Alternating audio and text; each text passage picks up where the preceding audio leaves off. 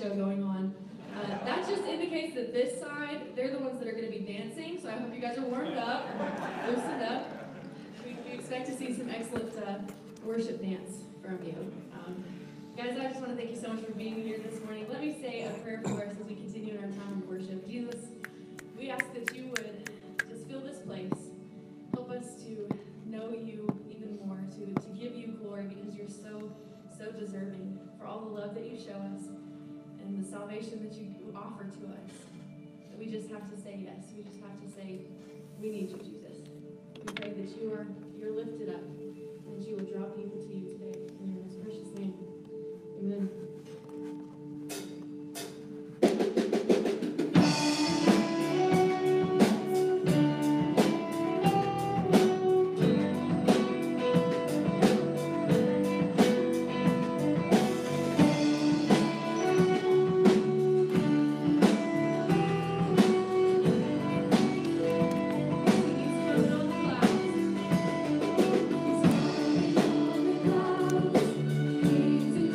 Thank you.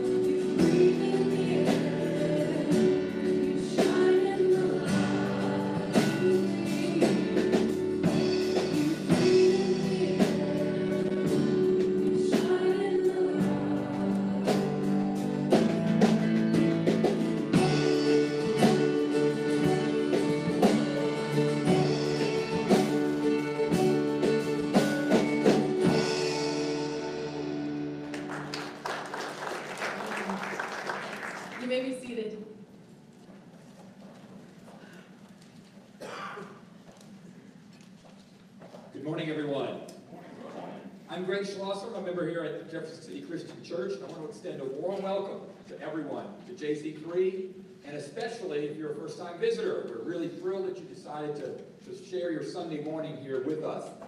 There's a few things, especially if you're new to the church, that I want to point out, ways that you can learn more about us and ways that you can connect with the church. If you look in the little holders on the pews in front of you, you'll see this giant brochure there called New Here, and it tells a little bit about our church, gives you an idea of what we believe, what we try to do here, ways to connect some of our ministries, etc. Take this home with you. Read it over, and I think you'll learn a lot about the church. Another way is this little connection card that was in the bulletin that was handed to you when you came in. If you want to, again, find out a little bit more about the church, or maybe have some questions, or would like us to talk to you a little more, please fill this out and drop it in the offertory plate as it's passed around. Another thing, a few things that we might do a little different here at JC3 is these little prayer cards. Again, it's in the little holders in the pew in front of you. If there's someone you'd like us to be in prayer for, please complete this card, and again, just drop it into the offertory or one of the tithing boxes in the back. And if they're not a member here, if you can, jot their address on the back, and we'll send them these cards to let them know that there are people thinking and praying for them. Another thing is we do take the Lord's Supper here every week, and when we do, we'll be passing around these plates. Please, if you're a believer, take a piece of bread, take a cup, pray a little moment in silence, and then partake when you're ready. Again, thank you for spending your Sunday morning here with Jefferson City Christian Church. We're thrilled to have you with us. Thank you.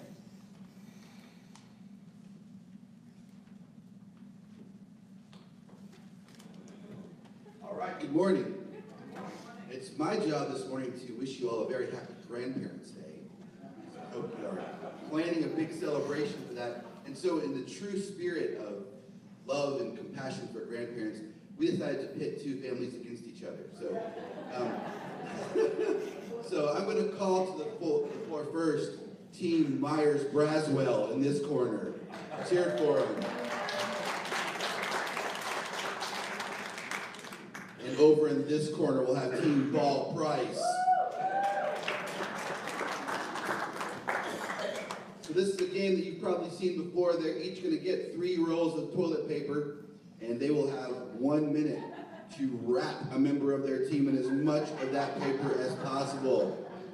They are prepped, they are excited, and when the music starts to play again, but there's one thing that they don't yet know, because there's one more little hitch that Luke didn't mention to them.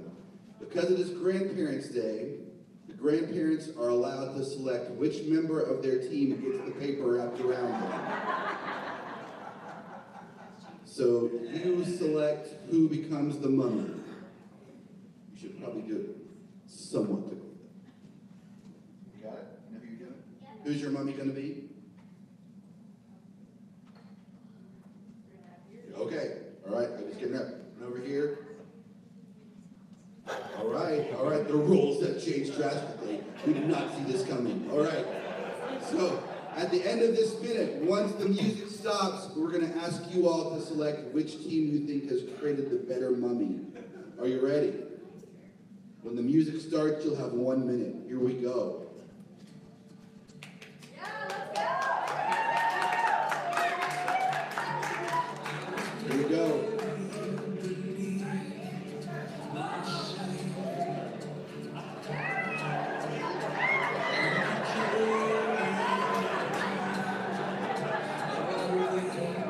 Very differing strategies. One of them may throw up.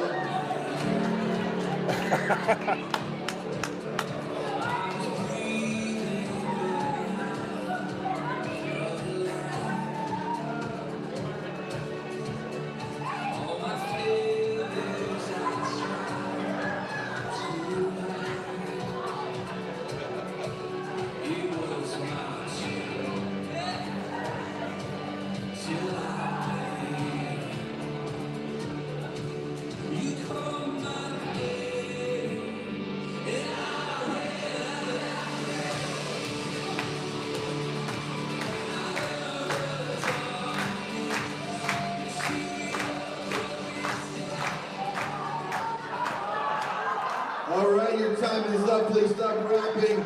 Let's hear. Let's hear.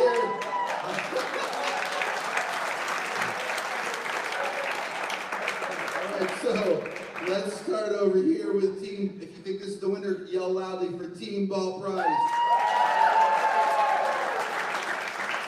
They cheered loudest for themselves. That was really good. All right. So, I get it. That's good. Let's over here for Team Myers-Braswell. Wow, that was really close. It seems like you think that nobody lost. So we'll try one more time, and if it's a tie, it'll be a tie. One more time for Team Ball Price. And then for Team Myers-Braswell. I think everybody wins. Way to go. Thank you so much for spending Happy Grandparents' Day. Yes. Happy Grandparents' Day indeed. And I gotta tell you, the reason I cheered for the Myers-Braswell team is because if that had been a strategy with me as the mummy, we would have also needed a bucket. Because I would have lost my breakfast doing that much spinning going on. That was really, really impressive. I don't know how you're walking straight. Look, you got a hold over. Yeah, you keep a hold over there, because that was rough. I think this is probably a good moment for me to give you an update on our lighting situation, okay? Because that right there is driving me crazy. As I'm sure it is for you as well. We've milked the current lighting system for as much as it's worth. We have the final walkthrough with the lighting company this week, and then they give us a timeline. So I can't tell you exactly when, but it's going to be very, very soon now. They did the final walkthrough today. Total renovation of our lighting situation. And I don't know, I may have to have you just turn this off because Jody is like an angel. She's strobe lighting there, so I don't know if I can handle it. We'll see if we can get through that together. That's going on, but also we're super, super thankful for our stage design crew. They got our fall set going, so thank you to that crew. And Ms. Case Anderson, it looks great. We're excited to have that. We are in week 4 of a sermon series that we're calling #Blessed. Let me try to catch everybody up to speed real quickly on what we're doing with this sermon series, #Blessed. When we talk about that word about being blessed, I've been really blessed, or I want to be really blessed, we usually have a really finite group of things that we're talking about. We're talking about getting that job. We're talking about getting maybe it's a promotion at work or a raise at work. We're talking about something maybe going on with our families. I want to get married, or I want to have kids, or something like that. Maybe something with our home. I want to get that new home. What we are recognizing right out of the gate when we get into this study, #Blessed, is that we can get all of those things and yet be incredibly miserable people. And so what we're doing throughout this sermon series is we're looking at 9 unexpected ways that God blesses us. And what I would even say is these are the more important blessings. These are the blessings that if we can understand these, if we can incorporate these into our life, then when those other blessings come along, which are absolutely blessings from God, but when they come along, we can ensure that we won't be that miserable person who has everything they've ever wished for and yet still cannot find contentment and happiness. So let's work on these blessings together. The one that we're going to talk about today, we're going to jump right into this. There is somebody from our history that many of you will know that I think sums up what we were talking about today. I've got a couple of paintings that I want you to look at, and if you're any kind of painting buff at all, then you're probably going to recognize these things. Let's look at the first one right here, and you guys tell me, does anybody know who this is? Who painted this? Van Gogh, yes, Vincent Van Gogh, well done. So he's got another one, that's his self-portrait. This is Vincent. The thing that most of us know about Vincent Van Gogh is, A, he painted some sunflowers, and then B, he cut off part of his ear, right? We know these things about Vincent Van Gogh, and that seems to be about it. However, did you know that he spent the first part of his professional career as pastor? And he was an itinerant pastor. He went around kind of like a missionary to different places trying to promote the gospel, trying to tell people about Jesus. And there are some really interesting lines. One that I want to point out to you from something that he wrote. This is actually part of his very first sermon, and he's referring to a passage out of 1 Corinthians from Paul. And he writes this. He writes, "It is a good word, that of St. Paul, as being sorrowful, yet always rejoicing. For those who believe in Jesus Christ, there is no death and no sorrow that is not mixed with hope." That's pretty impressive for a guy who ended up cutting off his ear, right? That's a pretty impressive line for a first sermon for Van Gogh. And that line The idea of always rejoicing, being sorrowful and yet always rejoicing, man, that is so profound. And we're going to explore that a little bit. And Van Gogh, one of the reasons that he was sorrowful is after he realized that the ministry thing wasn't going to work out, he went into doing his painting work. And he was a prolific painter, painted much more than most painters that you have heard of. Within 10 years, he painted over 2,000 paintings. He was just churning things out left and right. And yet, even though he was very talented, he was a prolific painter, he never saw success. He never reached critical acclaim while he was alive. People did not know his name. People weren't writing about him. He was not a successful person by our standards in his lifetime. And one of the great records that we have of Van Gogh's life is he wrote constantly with his younger brother, Theo. They wrote back and forth, and Theo saved all of the letters. We have over 600 letters that Van Gogh wrote back and forth, and there are a couple of really interesting lines that I want to point out to you. He writes this. One of the lines that he writes is, "There may be a great fire in our soul, maybe a great fire in our soul, but no one comes to warm himself at it. The passers-by see only a little bit of smoke coming through the chimney, and they pass along their way." He experienced this as a preacher, where he had hoped to maybe share his passion for God and for Christ, and yet it didn't work out. And then he experienced this in his professional life as a painter, where he painted prolifically, and yet his paintings did not sell for that much during his lifetime. There's another line that I think is so interesting. He writes, "I am still far from being what I want to be, but with God's help, I shall succeed." And yet what I've been telling you guys, we find out that he doesn't find success in terms of what we would consider success. He remains what we would consider obscure. He remains throughout his lifetime someone who had a great passion, who had a great talent, and yet no one really knew it. Still far from what I want to be, but with God's help I shall succeed. And yet he didn't find it. The thing that I want us to address today, the question that I want us to ask and I want us to deal with over the next few minutes that we have together is this question: how can I be blessed when I am obscure? How can I be blessed when I am obscure? Let's talk about that a little bit, because that's a word we probably don't use a ton in our everyday language. So I'll just refer to the American Heritage Dictionary, obscure. And this is from the American Heritage Dictionary. The first definition that is in there for the word obscure is the state of being unknown. The state of being unknown. Maybe you find yourself to be unknown. And here's what I mean by that. Maybe you are in a job that you think is kind of thankless. No one's recognizing what you're bringing to the table. You're not getting those notes. You're not getting those maybe just words of affirmation. You're not feeling like you're being thanked. Maybe it's another situation where you just don't feel like your skills and your talents are being utilized.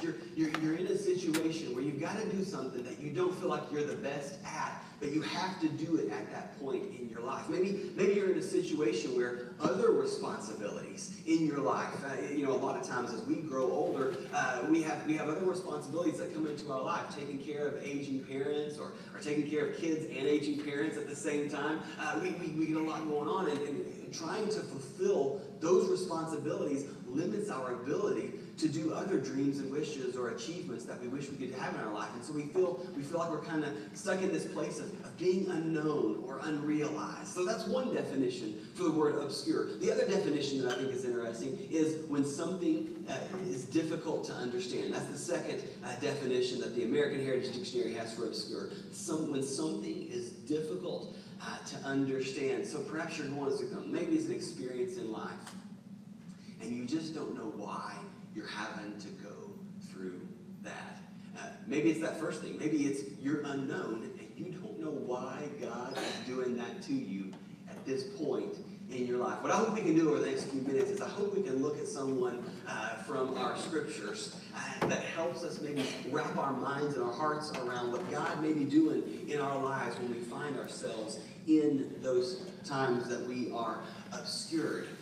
here's the thing that I want us to recognize.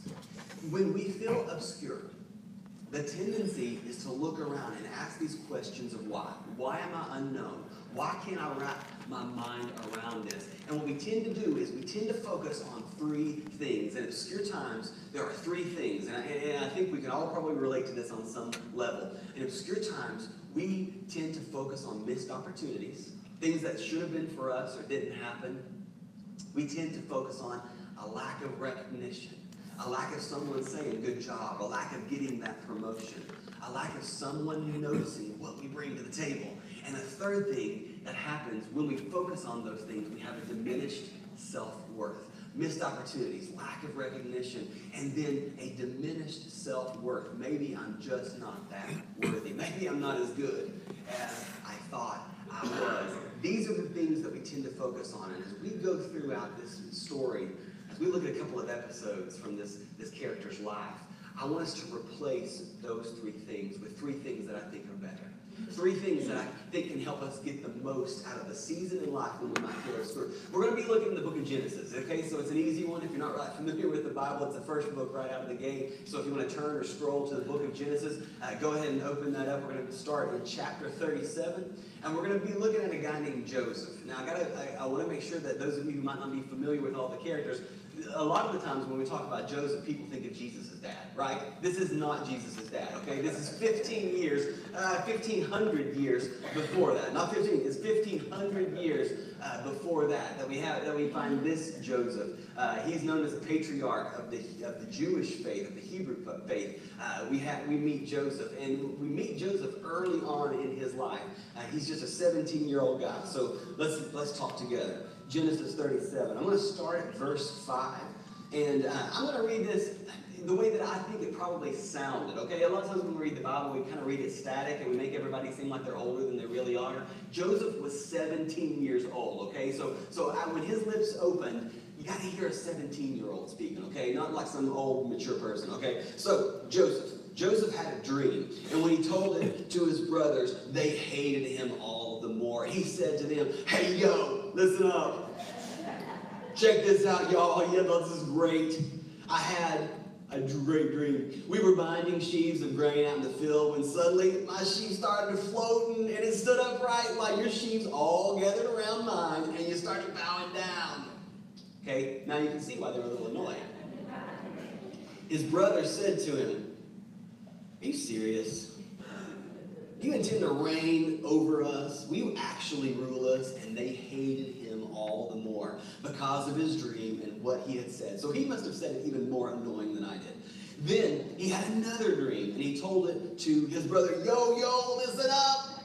I had another dream, and this time the sun and the moon and all the 11 stars were bowing down to me. And this time he didn't just annoy his brothers, he even annoyed his parents. Okay, so when he told his father this as well as his brothers, his father rebuked him, and he said, what is this dream you're going on and on about? You seriously think your mother and I and your brothers are actually going to come and bow down to the ground before you? His brothers were jealous of him, but his father kept the matter in mind.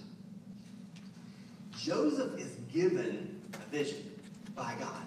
He's given this yearning for something more. Remember when we talked about the idea of being bothered, and sometimes this idea of when you're bothered, when you sense that there's more, when you sense that there's something better, that can be a gift from God. And I believe that Joseph's vision, absolutely, it was a gift from God, but the way that he handled it was not. So the first thing I want to give you is I want to give you some good news. You would not feel obscure if God had not given you a vision for something more, something else, something better. You can put whatever you want in that last blank. You would not feel obscure if God had not given you a vision for something else, a better job, or maybe your family a little bit more healthy, or your finances a little bit healthier. God can give us these visions for something that he wants for us in our lives, and that's good. That is a good thing. However, when we get that vision, and we grab hold of it, and we say, thanks God, I got it from here, that's when we get ourselves into trouble. And that's exactly what Joseph had done. He saw all of the benefits of the vision, but he didn't see the difficult parts of it. And that's so often the case with us. We see what we want, but we don't see the road that we personally are going to have to travel to get to that vision. And when that happens, and we try to ignore God who gave us the vision, we ensure for ourselves a tough road ahead. And that's what we're going to get into with Joseph. Joseph had a tough road ahead. We're going to fast forward just a little bit in the text. Genesis chapter 37, verses 17 through 20. Joseph has actually gone out. He's gone out looking for his brothers. And again, he's probably just stayed on them about these dreams that he's having. So Genesis 37, I'm going to start at verse 17. So Joseph went after his brothers, and he found them near Dothan, but they saw him in the distance, and before he reached them, they plotted to kill him. Here comes that dreamer, they said to each other. Come on now, let's kill him and throw him into one of these cisterns and say that a ferocious animal devoured him. Then we'll see what comes of his dreams. Now, I don't know how this actually went down because this seems excessive, right? This seems like it's got to be hyperbole. I don't know if it was just crazy testosterone. Some of you may be familiar with the movie Karate Kid, right? The Karate Kid, at the very end of the Karate Kid, we're in the end, there's the finals going on, and one of Johnny's friends from Cobra Kai yells, "Give him a body bag!" Right? It's this great line. It's hyperbole, right? It's testosterone, teenage testosterone being crazy. I don't know what was going on with these guys, if this was part of the equation. They decided not to kill him, to throw him in this cistern, but then they continued to move with this idea and with this plan. They got themselves in over their heads. They started messing around with some really bad guys. These slave traders come through and they say, "We want that guy." And I don't know exactly how it went down, but in my mind, I kind of wonder if these boys maybe had second thoughts. We know one of the brothers came to his defense and tried to get him out of this situation, but by then it was too late. And these slave traders said, "No, we're taking this guy." And so Joseph ends up in slavery. Now, before I get into this and God shaping him and changing three parts of him, I want you to recognize something. I want us to all come together on something. There are some things that happen in this life and in this world that God does not desire, okay? Although everything he is able to use. Everything is within his sovereign will. He is able to use everything. Even though sometimes things happen and it's not in his desired will. And I know that seems kind of complex, but think of it this way. God would never desire for you to sin. And yet, we go through times in our lives and we maybe give in a little too much to it. We find ourselves at rock bottom, and God says, "I would have never wanted that for you. I didn't desire for you to sin, but I will still find you, and we can still use this." So, I don't believe, I'm not saying that God willed and desired that Joseph's brothers wanted to kill him, and that Joseph was full of pride, and that Joseph got sold into slavery. But it's within God's sovereign will. God says, "I can use this to make myself known to Joseph." And I believe in his slavery, it began a process of things changing, because 10 years from this moment, we find a guy named Joseph who is not recognizable. God had molded and shaped his life, because God shaped three things in his life. The first thing that I think when he was in slavery that God began to work on, the first thing that God shaped in him, that I believe God uses obscure times to shape things in us, the first thing is attitude. The first thing is attitude. And I think that we live in a culture that tends to push each one of us toward a prideful attitude. There's this researcher named Brene Brown, and she writes in a book called Daring Greatly. Brene Brown writes that we live in a world where we are consumed with the fear of being ordinary. We are consumed with the fear of being ordinary. And I think that this thing started years ago when we first started seeing reality TV. We saw people who had no business being famous, no business necessarily being successful. They didn't have these exceptional talents or anything like that. We saw them as contestants on Survivor, and we saw them on contestants on the Great Race, the Amazing Race. We see these people, and for no reason whatsoever, they just kind of got chosen. They become exceptional. They become extraordinary. And we say to ourselves, but if I happen to that normal person, that ordinary, well, it should happen to me. Now it's social media. People get famous for doing crazy stuff. There are people, the kid gets famous for flipping a water bottle a certain way, okay? People get famous for breaking sticks or floss. Apparently there's a little controversy on what that's actually called. And so I heard my nieces and nephew arguing about it. So I'll just share that with you in case you didn't know. I'm not going to do the dance for you. I'll practice. I'll practice and do it later. But people get famous for doing, ordinary people get famous for doing these crazy things. And so it breeds within each one of us this thought that I can't be ordinary. If those ordinary people have become exceptional and become known and become famous, then I have got to be that. And I think it breeds within us a sense of entitlement, that I deserve more than I'm getting. I deserve more recognition than I'm getting. You should appreciate me more. If it's not entitlement for you, then I think the other thing that you may wrestle with is envy.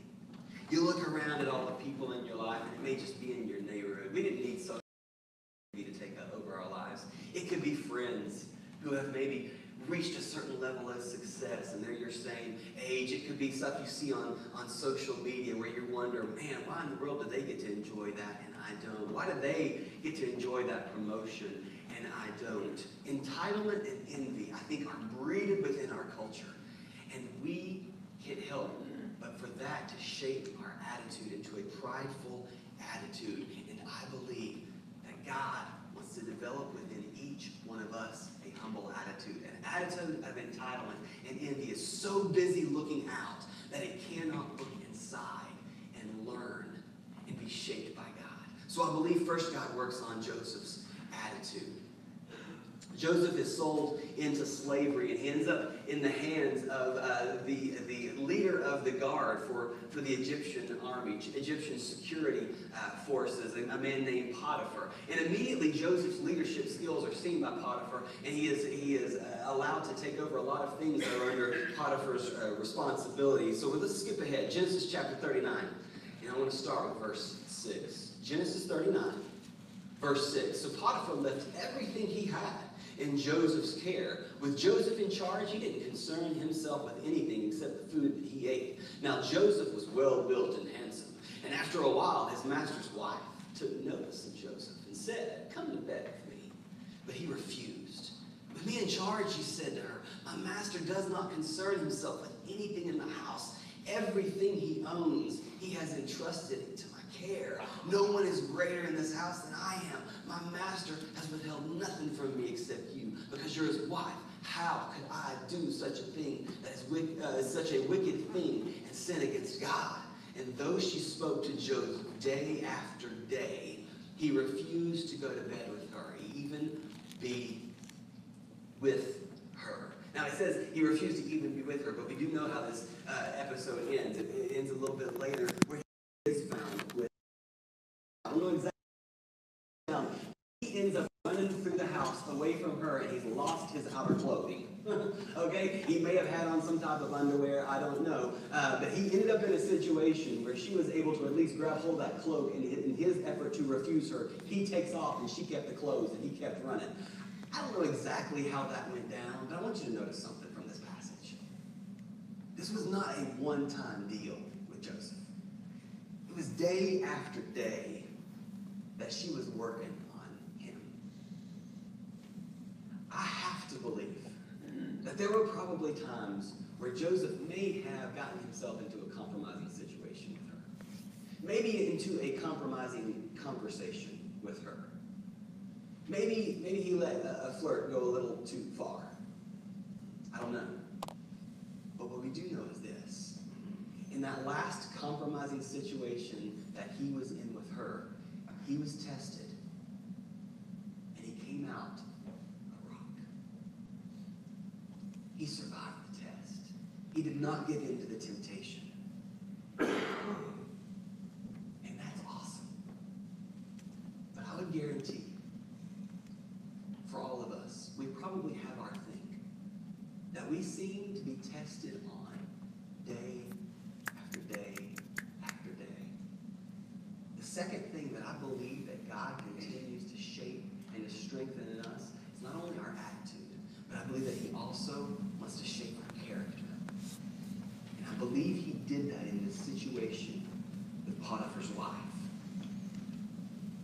Day after day, he found himself under fire. But when finally push came to shove, he made the right choice. There's this great quote by Oswald Chambers. He has a great devotional, My Utmost for His Highest. And Oswald Chambers writes that God gives us this vision, but then he takes us down to the valley to batter us into the shape of that vision. And it's in the valley that so many of us faint and give way. Every vision will be made real if we will have patience.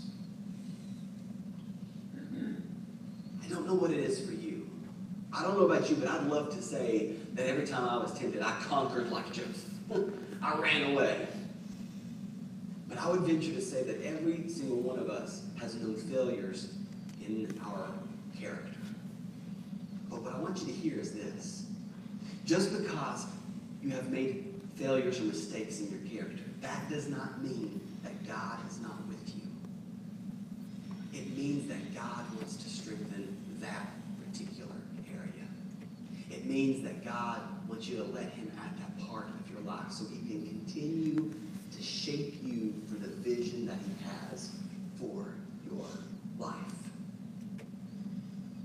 He might be taking you through a valley. He might be taking you through obscurity. But he can shape your character in that place. Joseph's reward for passing the test on his character is a trip to prison. She ends up falsely accusing him of trying to be the aggressor in this situation, and Potiphar had no choice, since there were no other witnesses, to send Joseph to prison. So Joseph ends up in prison during this situation. So now we find this guy who is really about as obscure as you can possibly get, and yet God continues to use him and shape his life. Genesis 39, verses 22 and 23. Let's read it together. Genesis 39, 22 and 23. The warden, he notices Joseph's leadership ability. The warden put Joseph in charge of all of those held in the prison, and he was made responsible for all that was done there. And the warden paid no attention to anything under Joseph's care, because the Lord was with Joseph and gave him success in whatever he did, which is a funny statement, right? Here he is in prison. I mean, he's been through slavery, falsely accused, and he's in prison, and yet the scriptures say God gives him success in everything that he does. Maybe it's not success the way we think of success. Maybe it's success in ways of shaping his attitude and shaping his character. And he finds himself in the basement, as obscure as you could possibly be. He's not even noticed by the warden. He does such a good job, the warden doesn't even look at him. He's probably doing some of the warden's work, which probably has the opportunity to make him even more frustrated. But God keeps shaping that attitude and keeps shaping that character. And the third thing that I believe God can shape in the midst of times of obscurity is our abilities. Here again, he's given the opportunity to lead. He's given the opportunity to use his skills.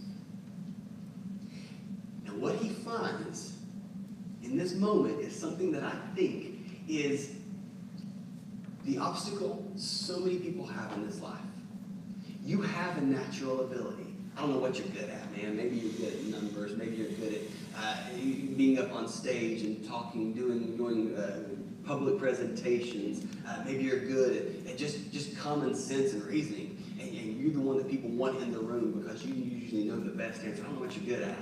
But you've got that natural ability. But what we know about natural ability is it has to be honed and it has to be shaped. Natural ability must be shaped by experience and hard work and the counsel of others before it can realize its potential. Everyone who has been interacting with Joseph from God when he was 17, seeing leadership in this guy, everybody sees in Joseph that he has leadership skill, that he has leadership potential. But yet it needs to be honed. Professional athletes have to discover this. Great leaders in business have to discover this. Everyone has to realize no matter what your skill is, it has to be honed. And God, through a series of circumstances, hones this ability Notice that Joseph was in leadership, not just in prison, but he was also in leadership back when he was working for Potiphar. God is shaping this part of his life. And it all leads to a moment. And I think in a moment that we're getting ready to see, I think Joseph realizes something. I think he realizes something that is so profound. It's written by Philip Yancey. He writes, I have learned that faith means trusting in advance what will only make sense in reverse. Faith means trusting in advance what will only make sense in reverse. Joseph has been shaped. These areas of his life. He has made a switch. He's made a replacement. I want to show you a graphic. Remember what we talked about earlier? Earlier we talked about the idea that a lot of times in obscurity, we focus on missed opportunities and a lack of recognition and diminished self-worth. And yet, over time, if we can make the switch like Joseph does, to letting God shape our attitude and our character and our ability, no matter the situation, the opportunity, the recognition, then our time will come. God will show you faithfulness. And he will present to you a situation where that new attitude and character and ability can shine. Genesis 41 is when it happens for Joseph. Genesis 41, verses 14 through 16. Pharaoh, the great leader of Egypt, is having some dreams, man, and they're bugging him, and nobody can figure out what these things mean. And they find out that this kid Joseph knows a thing or two about dreams. And so they call him up from the prison. So Pharaoh sent for Joseph. And he was quickly brought from the dungeon. When he had shaved and changed his clothes, which I think is so funny that they mention that he shaved and changed his clothes. Like, of course he would. But you know what? When he was 17, probably wouldn't have shaved and changed his clothes. He thought he was so good, he don't even need to shave and change his clothes, right? He shaves and he changes his clothes. He came before Pharaoh. Pharaoh said to Joseph, I had a dream, and no one can interpret it. But I've heard that it said of you that when you hear a dream, you can interpret it. I cannot do it. Listen to that. Joseph gives a response he would have never given at 17. He said, I can't do it. Joseph replied to Pharaoh, but God will give Pharaoh the answer he desires. We see a new man. We see a new man whose attitude and character and abilities had been honed the way God needed them to be so that he could be the shape of the vision that God had for his life so long ago. The good news that I want you to hear today, the good news that I want you to realize is that there can be tremendous blessing in obscurity. There can be tremendous blessing in obscurity. But here's what held it together as we conclude. I want you to hear this is what held it together for Joseph throughout this time. I want to throw up just a few quick verses. These are all from his episode during this very difficult time in his life. In chapter 41, Pharaoh noticed it. Man, where can I find one in whom is the Spirit of God like this Joseph kid? He saw it in him. Genesis 39, when his master saw that the Lord was with him, he looked at Joseph and he said, man, there's something different about this guy. The Lord is with this guy. Genesis 39:21 says the Lord was with him. Genesis 39:2, the Lord was with Joseph. And somehow Joseph let it know to people that I believe the Lord is with me. He did not see his obscurity as evidence of God leaving him, but just the opposite. He leaned more and more into his heavenly Father, knowing and trusting his faithfulness. My prayer is that you can realize God has not given up on you. God wants to shape you.